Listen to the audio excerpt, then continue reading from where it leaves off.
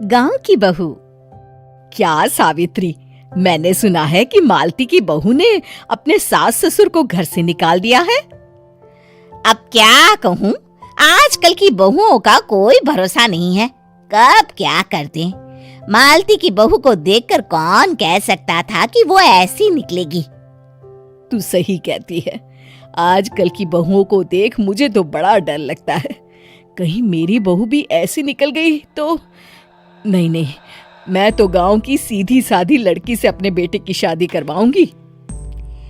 इस तरह एक दिन गायत्री अपने बेटे की शादी गांव में रहने वाली मीना नाम की लड़की से करवा देती है।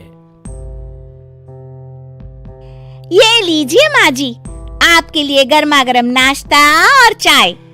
अरे वाह बहू, सच कह रही हूँ, जब से तू इस घर में आई है मुझे तो बड़ा आराम है। तेरे जैसी बहू तो किस्मत वालों को मिलती है। का माँ जी, अब इतनी भी तारीफ मत करिए ना। धीरे धीरे मीना गायत्री की चहेती बन जाती है और मीना भी गायत्री को कभी शिकायत का मौका नहीं देती थी। फिर एक दिन,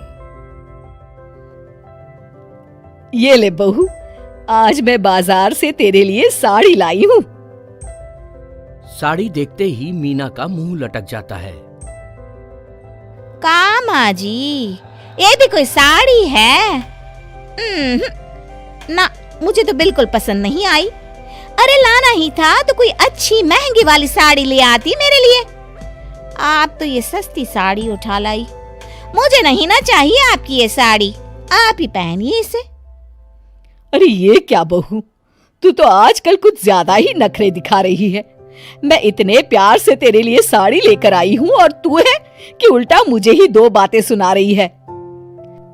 अरे माँ जी, आप अपने लिए तो बड़ी डिजाइनदार और महंगी महंगी साड़ियाँ खरीदती हैं और मेरे लिए ये सस्ती साड़ी ले आई।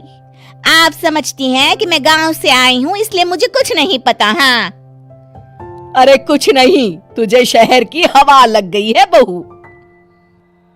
इस तरह दोनों सास बहू में रोज किसी न किसी बात पर लड़ाइयां शुरू हो जाती थीं। एक दिन गायत्री अपने कुछ सहेलियों को अपने घर चाय पर बुलाती है। अरे बहू, मेरी सहेलियों के लिए बढ़िया चाय नाश्ता तो बना दे। अरे माँ जी, अभी ना मेरे पास बिल्कुल भी समय नहीं है, मुझे ब्यूटी पार्लर जाना है। चाय नाश्ता आप ही बना लीजिए। हाँ, तू कब से ब्यूटी पार्लर जाने लगी है? शहर आए 2 दिन नहीं हुए और देखो महारानी के नखरे शुरू हो गए। बस भी करिए माँ जी, आपसे बहस करने के लिए मेरे पास ना बिल्कुल टाइम नहीं है। आपका क्या है, आप समझती हैं कि मैं गांव से आई हूँ तो मुझे कुछ नहीं आता, और आप जो रोज रोज मुझसे मेहमान नवाजी करवाती रहती हैं नौकरानी की तरह। मीना के कमरे में जाते ही, अरे ये क्या गायत्री, तू तो अपनी बहू की बड़ी तारीफ कर रही थी, लेकिन ये तो तुझे कुछ समझती ही नहीं। भाई मुझे तो लग रहा था कि तेरी बहू गांव की है तो सीधी सादी होगी, लेकिन इसने तो शहरी बहुओं को भी मात कर दिया। हाँ। अपनी सहेलियों के सामने अपनी बेइज्जती होते देख गायत्री आग बबूला हो जाती है। अरे क्या शहर और क्या गांव, मेरी तो किस्मत ही फूटी थी जो मैं इसे बहू बना के ले आई। भगवान जाने आगे और क्या क्या करेगी। अब तो मुझे कुछ ठीक नहीं लगता, तू जरा संभल के रहना, कहीं मालती की तरह तेरा भी हाल बेहाल ना हो जाए। अच्छा, अब हम चलते हैं। अपनी सहेली की बातें सुनकर गायत्री थोड़ी घबरा जाती है। अरे ये सुशीला क्या बोलकर चली गई, कहीं इसकी बात सच ना निकल जाए। दूसरी तरफ मीना सारी बातें सुन लेती है। अगले दिन से गायत्री अपनी बहू से कोई काम करवाने से पहले 10 बार सोचती थी। ज्यादातर काम वो खुद ही कर लेती थी। अचानक अपनी सास में आए इस बदलाव को देख मीना, लाइए ना माँ जी, मैं कर देती हूँ ना काम।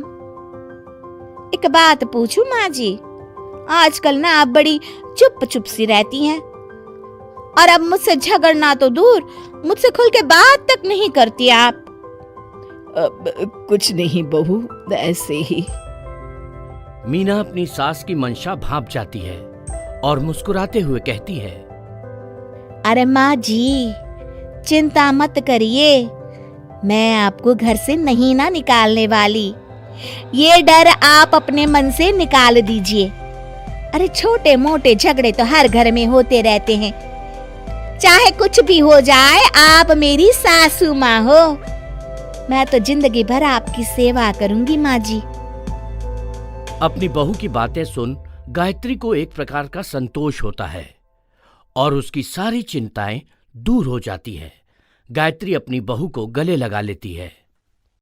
मुझे माफ कर दे बहू, मैं तुझे गलत समझ बैठी थी। कोई बात नहीं माँ जी, ये ना घर घर की कहानी है। हाँ।